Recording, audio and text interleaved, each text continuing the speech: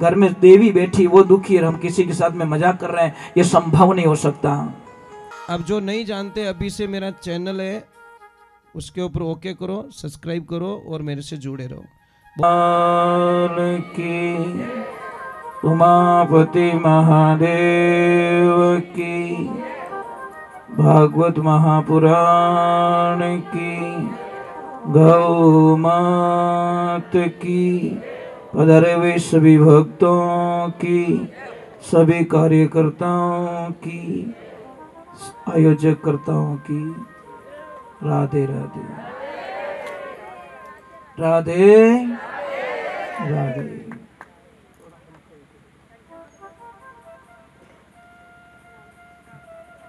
कल हमने भागवत जी को विश्राम दिया था।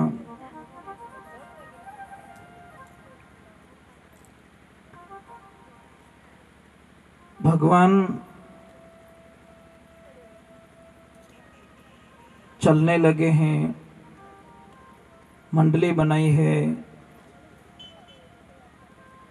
और अपने मंडली का काम उन्होंने बड़े पूर्ण तरीके से आनंद ले रहे हैं।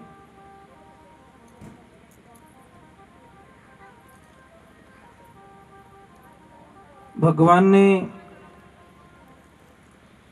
पूतना का वध किया, भगवान ने षटकासुर का वध किया,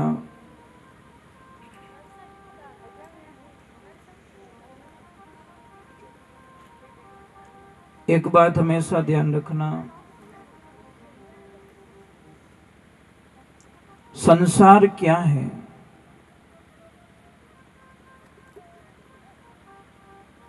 संसार के हमेशा दो शब्द रहते हैं, मतलब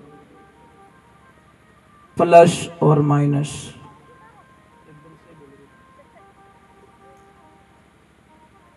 जहां प्लस होगा वहां माइनस जरूर होगा। संसार में ये आते हैं कि जहां सुख है वहां दुख जरूर होगा,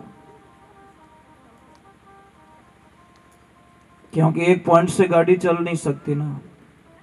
जहां सुख है तो वहां दुख जरूर होगा। अगर दिन है तो रात जरूर होगी। अगर आप हंस रहे हो तो रोना कभी भी अपन मारवाड़ी में देख जो, कोई भी ज्यादा हंसे न, टाबर रहे हो चाहे कोई भी, आप अभी ने कहें कि इतो मत हंस, अब रोना स्टार्ट हो जी। मतलब अभी तुम घड़ी पल के पहले तो थोड़ा हंस रहा है और अभी थोड़ा कहीं कहीं देखना हंसते हंसते से प्रक्रिया रोने की स्टार्ट हो जाती है। ये संसार में होगा, ऐसा होगा, आप कल्पना मत कीजिए। अगर आपका मित्र है तो आपके दुश्मन भी है, 100% है कोई न कोई दुश्मन। अगर आप अमीर हो तो दुनिया में गरीब भी बहुत बैठे हैं। एक जैसी परिस्थिति आपको कभी नहीं मिलेगी। एक बात ऐसी है, जो परे हैं दुनिया से, सबके विलोम शब्द है, मतलब विपरीत शब्द। एक बात बता दी, आनंद का, आनंद का विपरीत शब्द बताओ कोई। आनंद का शब्द है ही नहीं, आनंद से परमानंद बनेगा, परमानंद से ब्रह्मानंद बन जाएगा, परंतु उसके विपरीत जो आनंद की दिशा में जाए। तो भगवान प्रकट हुए तो सबको आनंद हुआ है। क्या हुआ? आनंद, परमानंद, ब्रह्मानंद। भगवान ने पूतना का वध किया। एक बात हमेशा ध्यान रखना, मंदिर बनाना कोई बड़ी बात नहीं है। 2 करोड़ 5 करोड़ 7 करोड़ लगा पे कि लोग मंदिर बना देते हैं, पर अंदर पूजा कर रहे हो कि नहीं कर रहे हो वो बहुत बड़ी बात है। और हमने कई जगह देखा मंदिर की प्रतिष्ठा नहीं होती, नहीं, उससे पहले लोग क्या करते हैं, वो ऑटोमेटिक घंटी है, बाजा है, उसका ऑर्डर दे देते हैं। क्यों देते? उनको पता है कि मैं यहाँ आने वाला, ये पुजारी जी जाने और ये बटन वाली मशीन जाने, ना तो कोई झालर बजाने वाला आएगा, ना कोई शंख बजाने वाला आएगा, ना कोई ये बजाने वाला आएगा, कोई नहीं आएगा। सिर्फ पुजारी जी जाने, ये मशीन जाने और उनका काम जाने। मंदिर कितने का बने? 5 करोड़ का। पूजा करने के लिए पुजारी जी और वो मशीन। मैं एक छोटी सी प्रार्थना कर रहा हूं, जैसे आपके कोई बुजुर्ग माता पिता हैं और बुजुर्ग माता पिता अगर घर में है, उनको कुछ नहीं चाहिए, धन नहीं, दौलत नहीं, गाड़ी नहीं, बंगला नहीं, कुछ नहीं चाहिए, सिर्फ आते भी बोल दो पापा मम्मी आप ठीक हो ना, मैं जा रहा हूं काम पे, और जाते भी बोल दो, वापस आ रहे हो तो भी बोल दो पापा आप ठीक हो ना, मैं वापस आ गया हूं। बस ये 2 चीज अगर उनको मिल जाए तो वो बोलेंगे मैं दुनिया में सबसे सुखी व्यक्ति हूं, कि आते भी मेरे बच्चे मुझे याद करते हैं और जाते भी याद करते हैं। बस जैसे आप अपने बच्चों का इंतजार करते हो, तो क्या वो याद नहीं करता कि मारो बेटो 5 करोड़ रो बंगला तो बनाई दे गयो, पण पाछो आयो ज कोनी, बंगला में कहीं करूं मैं। बस एक वॉचमैन खड़ा कर दिया बाहर, तुम जानो बंगले में घुट घुट के मरो।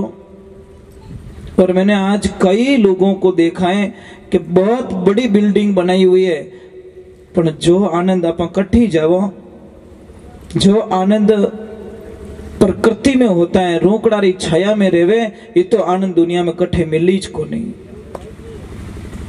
आप जाओ कहीं पे बहुत सारे टेंट लगा देते लोग, व्यवस्था कर लेते, पर आपने दिखी रूकड़ो बटे जान विचार, अरे यार थोड़ी देर अट बैठो बस। जबकि घर में सारी व्यवस्थाएं, करोड़ों का सिस्टम लगा हुआ है, पर जो नेचुरली होता है ना, आज हमने मनुष्य का सबसे बड़ा दुश्मन बन चुका है। प्रकृति का विनाश कर रहे हैं हम लोग, पेड़ पौधे काटे जा रहे हैं, जमीन में गड्ढे गड्ढे किए जा रहे हैं, सिर्फ अपनी सुविधाओं के लिए। पहले क्या था? हरे भरे जंगल, बहती हुई कलकल नदियां, झरने, कितना आनंद था। गाय कहां से भूखी नहीं आती, थोड़ी देर घूम के आती तो गाय तृप्त होके आ जाती। आज गाय नजदीक नजदीक में जाती है तो शायद उसको क्या मिलता? कुछ नहीं मिलता साहब। सबसे ज्यादा नुकसान मनुष्य ने पहुंचाया है प्रकृति को। कितनी पेड़ पौधे काट लिए। आप कभी जल देवता की पूजा करते हो? जल के लिए कभी आह्वान करते हो, यज्ञ करते हो कि नहीं जल नहीं होगा तो कल नहीं होगा? क्या कभी शुद्ध वायु के लिए यज्ञ किया? आपने प्रार्थना की कि नहीं मैं शुद्धिकरण के लिए यज्ञ करूं? घर के लिए यज्ञ करते, मंदिर के लिए यज्ञ करते, उसके लिए यज्ञ करते। शुद्ध हवा के लिए यज्ञ क्यों नहीं करते कि नहीं शुद्ध हवा नहीं होगी तो मैं जीऊंगा कैसे? प्रदूषण हो जाएगा। ये सारी चीजें हमको समझनी पड़ेगी। और सतयुग में इसीलिए लोग सुखी थे, क्यों? कि शायद ये व्यवस्थाएं नहीं थी, प्रदूषण बिल्कुल नहीं था, बीमारियां 90% लोगों को बीमार नहीं होते थे। और जीवन कितना था सतयुग में? सतयुग की उम्र थी 17,28,000 वर्ष, और लोग कितना जिंदा रहते थे? 1 लाख वर्ष का एवरेज था। कितना? 1 लाख वर्ष तक वो जिंदा। आज भी देखिए, आज की तारीख में भी, इस कलयुग में भी सांप शायद 1000 साल तक जीता है। अगर उसको कुछ ना हो, बीमार ना हो, कोई मार ना दे, तो वो 1000 साल तक जिंदा रहता है। और कछुआ शायद 300 वर्ष तक जिंदा रह सकता है। अगर कुछ ना हो, एक्सीडेंट ना हो, कोई बीमारी ना आए, कहीं पे कोई चोट ना लग जाए, तो 300 साल तक, इस कलयुग में भी कछुआ 300 साल तक जिंदा रह सकता है। सांप 1000 साल तक जिंदा रह सकता है। परंतु एक बात का ध्यान रखना, सांप 1000 साल जी के भी जो नहीं कर सकता, कछुआ 300 साल जी के भी वो जो नहीं कर सकता, हम 50-60 साल की उम्र में कर सकते हैं। ये मनुष्य के पास में सबसे बड़ी ताकत बताई गई शास्त्रों के अंदर। जो 300 वर्ष में वो नहीं कर पाएगा, जो 1000 साल में सांप नहीं कर पाएगा, वो हम लोग सिर्फ 50-60 साल की उम्र में वो कर सकते हैं। पर रास्ता बदलना चाहिए, हमारी पॉजिटिविटी सोच होनी चाहिए। क्या नहीं कर सकता इंसान। तो सतयुग में उम्र 1 लाख वर्ष की, उम्र भी बहुत थी, 17,28,000 वर्ष। उसके बाद में घट गया थोड़ा, त्रेता आ गया। और त्रेता में कितनी उम्र हो गई? 10,000 साल की। 1 जीरो हट गया, कुल मिला के लाख से 1 जीरो निकल गया। 1 जीरो निकलते 90 साल का लॉस हो गया। 990 साल का कितना, 99,990 साल का लॉस हो गया है। अब देखिए उनकी उम्र थी 12,96,000 वर्ष। अब आते द्वापर युग में, जिसमें भगवान पधारे द्वापर में। द्वापर का अंत था और कलयुग का आवागमन था। उस संधि काल के अंदर भगवान का आगमन हुआ है। तो 8,64,000 वर्ष द्वापर की उम्र थी और उसमें जीता था आदमी कम से कम 1,000 साल तक। और अब बड़ी मेहरबानी हो गई कलयुग की, 1 जीरो और हटा दिया। 1000 से 1 जीरो हट गया, पीछे बचे 100। अमो की कोई भाग्यशाली इन आंकड़ा ने पार करे। बड़े नसीब वाले होते हैं जो संसार की जो ये दिखावा होता है ना, भौतिकता, इससे थोड़े अलग हो जाते हैं। मैंने आपको प्रसंग में बताया थी तब कि हमारा जीवन सिर्फ दिखावे में बर्बाद हो जाएगा, हम कुछ नहीं कर पाएंगे।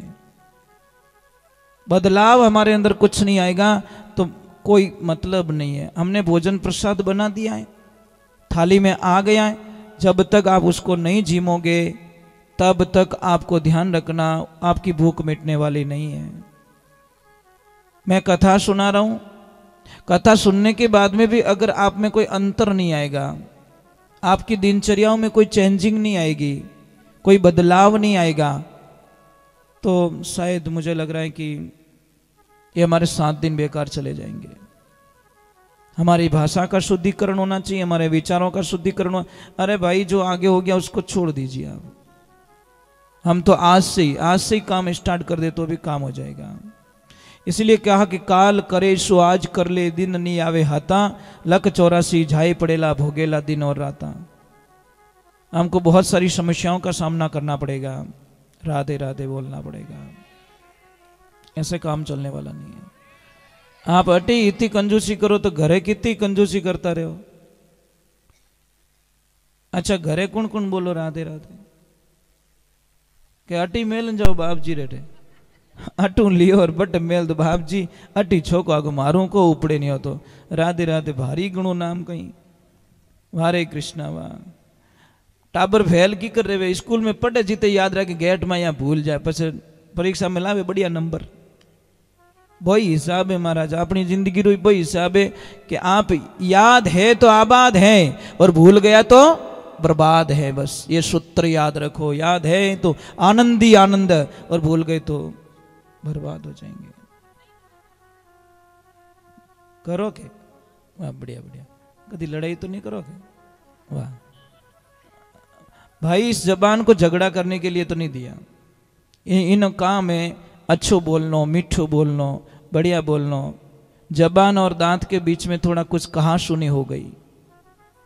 जबान ने दांतों से कहा कि भाई तुम 3200 मेरी लाज रखना, तो दांतों ने बोला हम कैसे लाज रखें कि मैं जब मैं बोलूं बाहर निकलूं और आप ऐसे हो गए जॉइंट हो गए तो मैं आधी अंदर रह जाऊंगी, काट दोगे मुझे।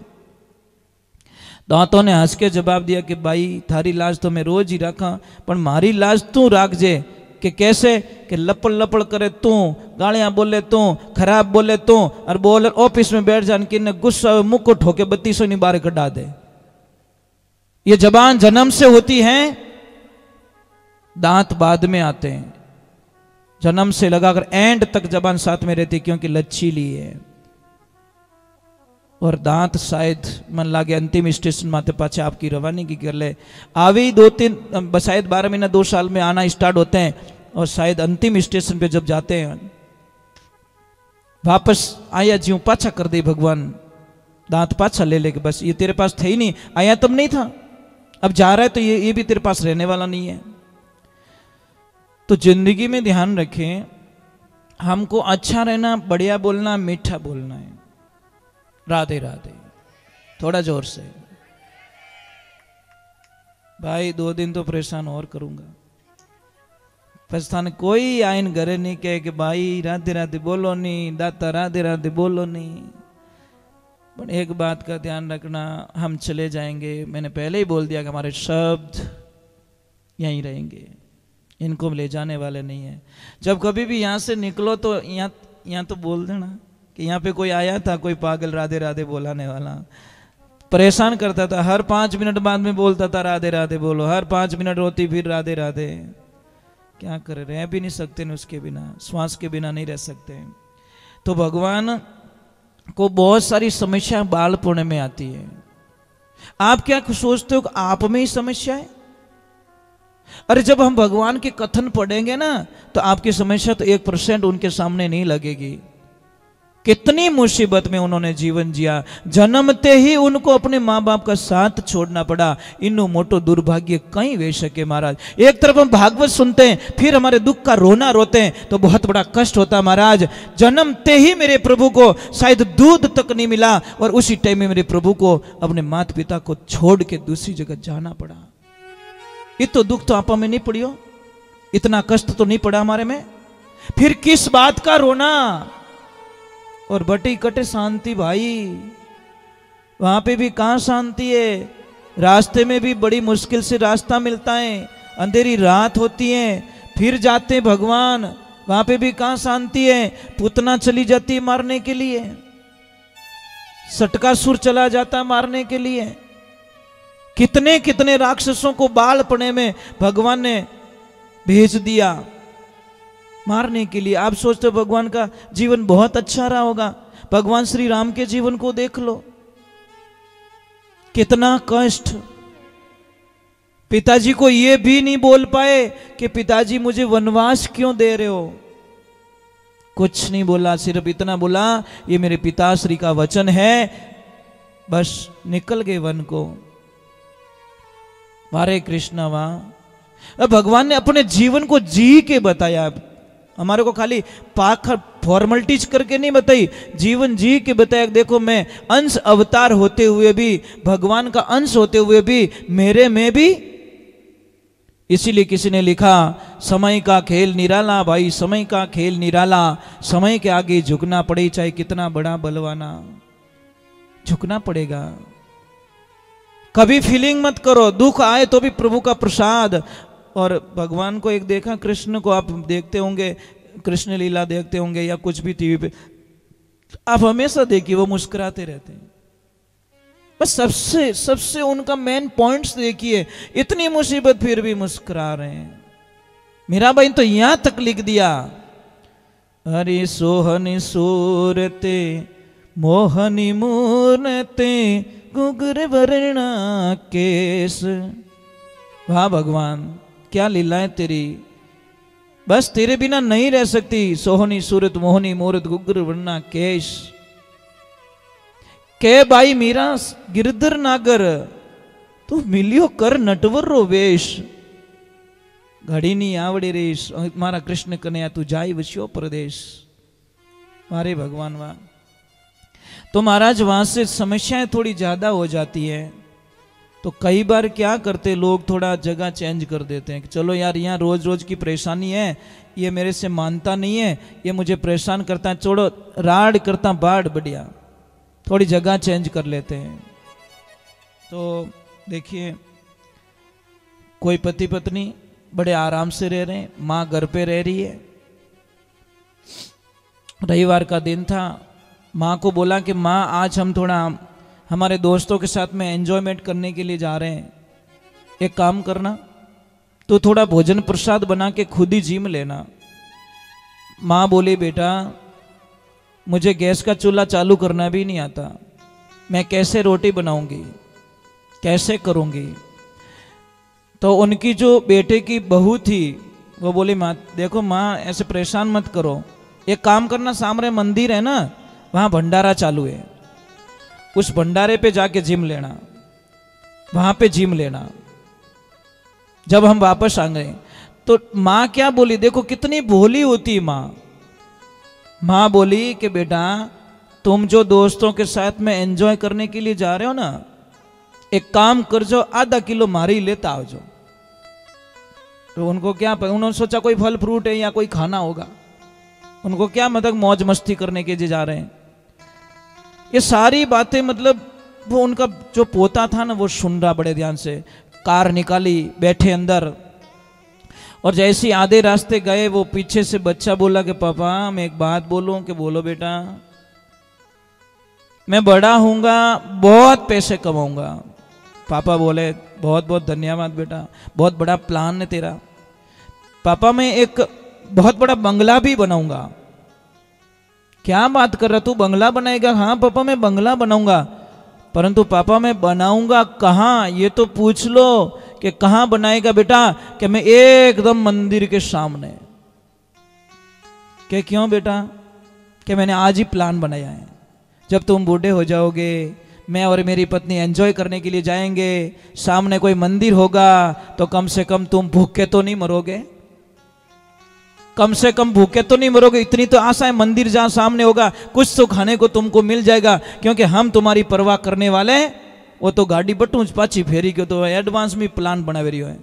वो वापस आए, दोनों पति पत्नी माँ के चरणों में गिर पड़े। माँ आज के बाद दोस्त की दुनिया छोड़ सकते हैं, पर तेरे चरणों को छोड़कर हम कहीं नहीं जाएंगे। घर में देवी बैठी, वो दुखी, और हम किसी के साथ में मजाक कर रहे हैं, ये संभव नहीं हो सकता। तो भगवान की लीला हुई। थोड़ा सा मतलब नंद बाबा को अटपटा लगने लग गया कि नहीं अभी ये जगह छोड़ देनी चाहिए, और छोड़नी भी जरूरी है। इसके बीच का एक कथन आता है कि भगवान थोड़े बड़े हो जाते, थोड़ी जिद करने लग जाते हैं। माँ मैं गाय चराऊंगा, माँ मैं गाय चराऊंगा, माँ मैं गाय चराऊंगा। मैया मना कर देती, बेटा अभी तू छोटा है, बलराम जी जा रहे हैं। तो भी बहुत सारी जिद कर लेते हैं। तो भगवान को माँ कहती है कोई बात नहीं बेटा, कोई अच्छा दिन आने दे, उस दिन आपको गाय के लिए हम तैयार करेंगे। और जब गोपाष्टमी आई उस दिन भगवान प्रथम बार गाय चराने के लिए, बछड़े चराने के लिए जाते हैं। वो दिन था गोपाष्टमी का, हम मनाते हैं ना, गोपाष्टमी बहुत सारी जगह मनाते हैं, गाय माता को लापसी भी जिमाते, वो भी करते हैं। तो गोपाष्टमी के दिन भगवान को गाय चराने के लिए निकाला जाता है, उनसे हाथ से तिलक करवाया जाता है। और भगवान की कृपा देखिए, आप ईश्वर की कृपा देखिए। अब वहां पे लीला कुछ और हो जाती है। जब बछड़ों को चराने के, थोड़ी कम आवाज रखो, कम आवाज, थोड़ी कम आवाज रखिए। तो देखिए भगवान की लीला देखिए। वहां पे गए, भगवान ने एक दिन सारे मित्रों को बोला कि देखो भाई ऐसे काम चलने वाला नहीं है, आप एक काम कीजिए, कल हम एक कुछ पर्सनल प्रसाद का विवरण करते हैं, हमारी सबकी प्रसाद, सब अपने अपने घर से प्रसाद लाओगे और मैं सबके घर का खाऊंगा। महाराज भगवान की लीला देखिए। अब सारों ने तो हाँ बोल दिया। एक मित्र था बहुत गरीब बेचारा, खाने के लिए कुछ भी नहीं। उसने बोला कृष्ण मेरे घर पे कुछ भी नहीं है, तो कुछ भी लेके आ, परंतु लेके आओ। महाराज वो गया बेचारा, माँ के पास में जाके बोला माँ, वो कभी नहीं मांगता किसी से, वो हमेशा लाता है, सबको खिला देता है, लाता है सबको खिला देता है। पर आज उसने अपने दिल की बात बोली है कि मुझे खाना है तो कुछ दो माँ।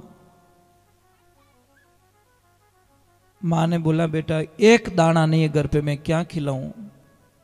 इधर देखा तो कल परसों की छाछ पड़ी थी छोटे से कुल्हड़ में। बोला बेटा ये ले जा। अब वो लेके तो आ जाता, अपने मन में घृणा हो जाती है, मैं उसको कैसे खिलाऊंगा। नहीं ले जाऊंगा तो भी डांटेगा, खिलाऊंगा तो 2-3 दिन पहले की एकदम खट्टी छाछ है, मैं कैसे खिलाऊं उसको। भगवान की लीला होती है, वो एक पेड़ के पीछे आके खड़ा हो जाता है और बोला वो सबका खा लेगा तो पेट भर लेगा, मेरे को परेशान नहीं करेगा। पर भगवान को तो उसका खाना था। बोले रुको रुको मैं ढूंढ के लाता हूं। जैसे ही वो गया देखा कृष्ण आ रहे हैं, वो कुछ न कुछ खा लेगा, तो उन्होंने आव देखा ना ताव देखा, अपने मुंह में छाछ को उड़ेल दी। अब उड़ेल दी तो पूरी पी नहीं पे, तो मुंह भुला के खड़ा हो गया। अब वो बोल पा नहीं, अरे लाया नहीं, वो कुछ नहीं, वो इशारा कर रहा है ऐसा वैसा। भगवान बोले पक्की चोरी की है तूने। भगवान ने कुछ नहीं देखा, ऐसे दोनों हाथ करके ऐसे लगाया ना जोर से, क्योंकि मुंह तो पैक था, जोर से लगाया कि लॉक खुल गया। और जैसे ही लॉक खुला तो वो छाछ कहां गई? भगवान के मुंह पे। और जैसे ही भगवान के मुंह पे गई, बोले वाह वाह वाह वाह, क्या आनंद आया, क्या प्रसाद लेके घूम रहा है, चोरी चोरी अकेले खा रहा है। ये सारा दृश्य देख दिया ब्रह्मा जी ने, और ब्रह्मा जी को घृणा हो गई कि ये भगवान नहीं हो सकता, ये भगवान हो ही नहीं सकता। मैंने तो भगवान के दर्शन अलग रूप में किए थे, लगता तो वैसा ही है, पर ये नहीं हो सकता, ये भगवान नहीं है। क्योंकि जब जन्म हुआ था मैं गया था, अवतार हुए थे मैं गया था, मथुरा गया था, मैंने भी फूल बरसाए थे, दर्शन किए थे, परंतु मुझे शंका हो रही है ये भगवान हो ही नहीं सकते, ये मेरे नारायण नहीं हो सकते। ब्रह्मा जी को शंका हो गई। तो अब देखो ग्वाल बाल सब गायें चरा रहे हैं, कोई क्या कर रहा है, कोई क्या कर रहा है। वहीं पे एक कथन आ रहा है, देखिए तो थोड़ा गुणगान कर देते हैं।